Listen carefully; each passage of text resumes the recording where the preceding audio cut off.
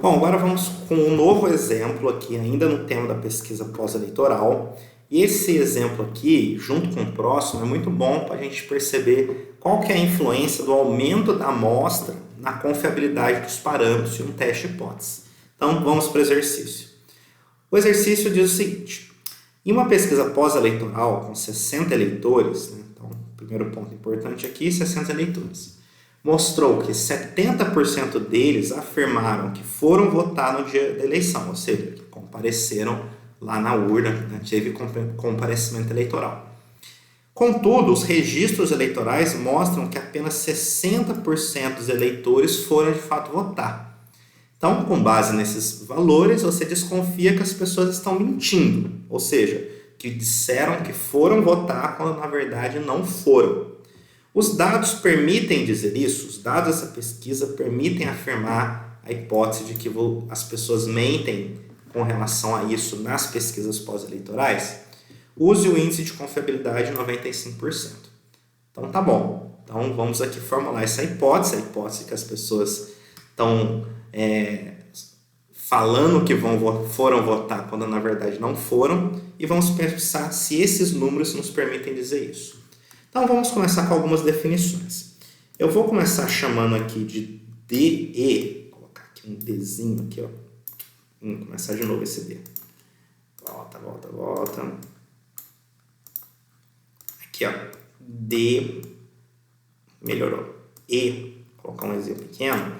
Ele será a declaração de comparecimento, ou seja, as pessoas que declararam na nossa amostra de 60 eleitores que de fato foram votar. Então, o valor dele será 60%, que é a mesma coisa de 0,6. Vamos usar 0,6, que é a mesma coisa de 60%. CE, vou usar esse CE, vai ser então o número efetivo de pessoas que compareceram nas eleições, que é 70%. Então, coloca aqui 70%. Fora isso, um outro parâmetro importante é o nosso Nzinho, que é o valor da amostra, que nesse exercício é 60 indivíduos que foram pesquisados. Agora vamos definir matematicamente as nossas hipóteses, né? Vou começar com a hipótese alternativa. A hipótese alternativa a gente define ela aqui como H1, né? Vou colocar aqui 2 pontinhos na frente, a gente não usa igual depois, porque confunde com o outro igual que tem aqui na frente. Então, a nossa hipótese é que as pessoas mentem. Como que a gente define isso matematicamente? Ora, a gente pode definir da seguinte forma, que DE, ou seja, o número de pessoas que declararam que compareceram eleitoralmente, é maior do que CE. Acabei de perceber que eu inverti os números aqui, né? Então, vou apagar esses 2 pontos aqui. E agora colocar o número verdadeiro. Na verdade, 70% das pessoas declararam que votaram, mas na verdade 60% votaram de fato. Agora sim está correto. Então, uma hipótese é que DE é maior do que CE. O número de pessoas que declararam que foram votar é maior do que o número de pessoas que votaram de fato. Agora, a nossa hipótese nula, que a gente define ela como H0. Então, 2 pontinhos aqui para sabermos com H0, e seguindo aquela convenção de que a hipótese nula é sempre definida por um sinal de igualdade, eu vou falar que a hipótese nula será DE é igual a CE. Olha que bacana. Então, agora nós temos 2 hipóteses, né, e a gente pode testar. A primeira, a nossa hipótese alternativa, que nós estamos pensando, que é DE maior que CE, e a hipótese nula, que nós temos que refutá-la, né, com 95% de confiança, que na verdade DE é igual a CE. Agora vamos falar um pouco aqui sobre esse índice de confiabilidade. Qual que é a ideia por trás dele? A ideia por trás dele é que é o seguinte: vamos supor que a nossa hipótese nula é verdadeira. Se a nossa hipótese nula é verdadeira, o valor da nossa populacional na amostra, ou seja, o número de pessoas que declararam que foram votar é exatamente igual ao número de pessoas que de fato foram votar. Só que a nossa amostra é aleatória. A nossa amostra ela não é um valor determinístico. Você pode ter N possibilidades de valores amostrais, porque dependendo das pessoas que você sorteia para participar da sua amostra, colocar ela um pouquinho mais bem feita, essa normal aqui. E aí, pode ser que por chance, mesmo que as pessoas não mentam, mesmo que as pessoas de fato falem a verdade, pode ser que você sorteou mais pessoas por chance que simplesmente foram votadas, que de fato as pessoas que de fato votaram, né? Então, mas qual que é a chance disso acontecer? Entendeu? Então, supondo então o nosso valor aqui populacional é de fato 0,6, o valor correto, só que aí por chance nós tivemos um valor de 0,7. Pode acontecer. Só que como a gente sabe a distribuição das probabilidades aqui, a gente pode saber se isso é provável ou improvável. E se a chance disso acontecer for menor do que 5%, então nós rejeitamos a hipótese nula pela chamada regra do evento raro. Ou seja, quando um evento ele é muito difícil de ocorrer, nós concluímos que provavelmente ele não ocorreu. Tá? Então, nós queremos, agora eu vou apagar aqui esses valores, né? Porque eu vou usar a distribuição Z agora. Tá? Então, pensando não em termos de valores absolutos, mas em termos de distribuição Z, que é justamente números de desvios padrões da média, eu quero que esse valor aqui observado da distribuição Z desses valores seja de uma forma menor do que um valor crítico aqui, que eu vou chamar de alfa. Vou desenhar um alfazinho aqui, é o valor alfa. De tal modo, esse valor alfa vai ser o limiar que vai determinar o limite entre os 5% superiores, as chances que tem 5% e 95% aqui, que é o meu índice de confiabilidade. Correto? Então, existe um valor alfa em termos de Z que divide a distribuição normal entre o 5% superior e o 95% restante. Qual que é esse valor Z? Valor alfa, perdão. Né? O valor alfa a gente pode olhar aqui na tabela. A gente já fez isso algumas vezes, eu não vou fazer nenhum mistério, né? O valor está justamente aqui, olha. Vocês podem ver aqui, ó, esses valores aqui, que é 1645, realmente divide os 95 superiores dos inferiores, dos 95 inferiores, os 5% superiores dos 95% inferiores. Então, o valor alfa é pura e simplesmente 1,645. Tá certo? O que isso significa? Se a chance de a gente conseguir um valor de 0,7 e um valor populacional verdadeiro de 0,6 com uma amostra de 60, ele tem que ser no máximo 1,645 desvios padrões da média. Se ele for acima disso, então esse valor vai estar nessa área vermelhinha aqui que nós chamamos justamente de quê? De zona de rejeição das hipóteses. Se o valor da estatística Z estiver nesta zona de rejeição, pintei aqui de vermelho, significa que nós podemos rejeitar a hipótese nula. Tá? Se estiver abaixo disso, aí nós não rejeitamos a hipótese nula. Então, só falta então calcular a nossa estatística Z. Vou apagar um pouquinho aqui, né? Vou deixar só o valor do alfa, para a gente poder lembrar dele. De resto, eu vou diminuir um pouquinho o vermelho da lousa. Né? Então, vou colocar de volta aqui só o valor alfa, que é igual a 1,645. Esse valor alfa é justamente o valor crítico, que é a base do método do valor crítico de teste de hipótese. Né? Então, nós temos que calcular essa estatística Z e verificar se ele está acima ou abaixo do nosso valor crítico, que é 1,645. No caso, a gente precisa ter, para a gente poder rejeitar a hipótese nula, a gente precisa ter um valor acima deste valor aqui, viu? Na zona de rejeição. Então, vamos lá. Como que a gente calcula a estatística desse teste de hipótese? A formulazinha está aqui, a gente já trabalhou algumas vezes, ela está aqui, né? Essa daqui.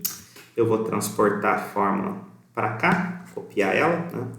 Estatística Z, que é basicamente o número de desvios padrões do valor amostral, né? Não é o desvio padrão da população, é o desvio padrão do valor amostral, é outra coisa.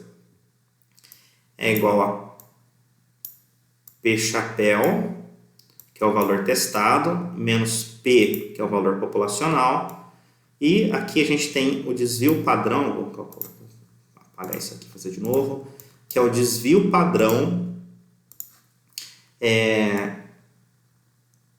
dos valores amostrais, que a gente calcula, na verdade é o erro padrão, né? A gente calcula ele por N e P vezes Q, tá? Tá bom. Nessa estatística aqui, o P chapéu é a mesma coisa, vou colocar aqui, a mesma coisa do que eu chamei aqui de DE, que é o número de pessoas que declararam que compareceram eleitoralmente, tá? Menos o valor populacional é o número de pessoas que de fato compareceram, CE, que eu chamei de CE, tá? Eu usei letras que sejam mais consistentes com o caso, mas eu estou traduzindo a fórmula geral para as letras do caso. Aí vamos colocar aqui uma raiz quadrada, o N é o N mesmo. Opa, apaga um pouquinho aqui, colocar um pouquinho mais de espaço. N. E o P é, no caso, o comparecimento eleitoral. C. E o Q é pura e simplesmente o complementar dele. Eu vou colocar um pontinho aqui para saber que é lembrarmos que estamos multiplicando. E CE complementar, que é esse Qzinho aqui, ó. O Qzinho é pura e simplesmente o complementar do CE. Ok? Então, tá bom. A gente tem que calcular, então, esta fórmula aqui. Tá um pouquinho feia de você ver, de a gente ver aqui, mas vendo com calma, a gente consegue entender que é cada um desses parâmetros. Como ficaria muito ruim para eu calcular ainda mais conseguindo escrever dessa forma com o mouse, eu vou usar o Excel. Então, vamos aqui para o Excel. E aqui no Excel, espero, já seja tudo muito mais fácil de entender pela letra. Então, vamos lembrar. DE é igual declaração de comparecimento eleitoral. Acho que eu vou colocar essa definição um pouco mais para frente aqui para não atrapalhar os números. E ela é 0,7. CE é efetivo eleitoral, que no segundo exercício é 0,6. Perfeito. N, tamanho da amostra, que no caso é 60. Agora eu vou colocar aqui os detalhes da fórmula, os componentes dessa fórmula aqui. Então, vou colocar, tem um espaço aqui, DE menos CE, é o numerador da fórmula. É simplesmente isso daqui menos isso daqui. Certo? Deu 0,1, 10%. Agora vamos começar a parte aqui do denominador. CE vezes CE barra, que é o complementar, né? Aliás, eu vou colocar até aqui o CE barra, que é simplesmente o complementar do CE, que é 1 menos 0,6. Lembram lá da definição das probabilidades complementares, né? Então, o complementar é a chance de não acontecer o evento que a gente quer. Então, é 1 menos a chance do evento ocorrer. É 0,4. E CE vezes CE barra é pura e simplesmente 0,4 vezes 0,6. Então, nós temos essa parte aqui de cima, tá? E nós temos que dividir isso aqui por N. Então, que é a variância dos valores amostrais. Então, vamos colocar assim, CE vezes C barra dividido por N. Empurrar um pouco para cá. Então, este valor aqui dividido por 60. Então, temos o valor. E, por fim, o desvio padrão dos valores amostrais, vou chamar de DP amostral, né? Desvio padrão amostral, é simplesmente este valor aqui que nós calculamos, a raiz deste valor que nós calculamos aqui, tá?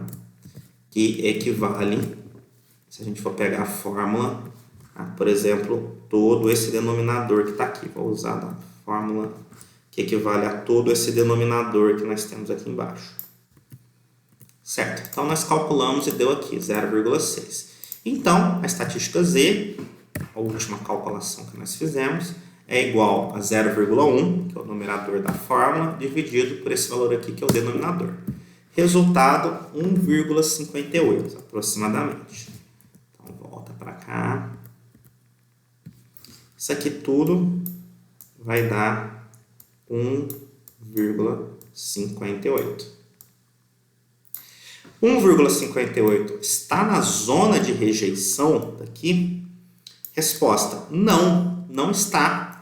Porque vamos lembrar, né, gente? Aqui, olha, volta normal. A zona de rejeição, ela tem que estar, aqui é o alfa, né? O alfa, que é igual a 1,645. Então, a zona de rejeição está acima do alfa, acima do valor crítico. Tá? E se a nossa estatística está 1,58, ela está antes do valor crítico. Ou seja, nós não podemos rejeitar a hipótese nula, que DE é igual a CE. Entendeu? Então, a hipótese nula não foi rejeitada. O que a gente pode concluir? Podemos concluir que por esses dados apresentados aqui, nós não podemos dizer que as pessoas estão mentindo.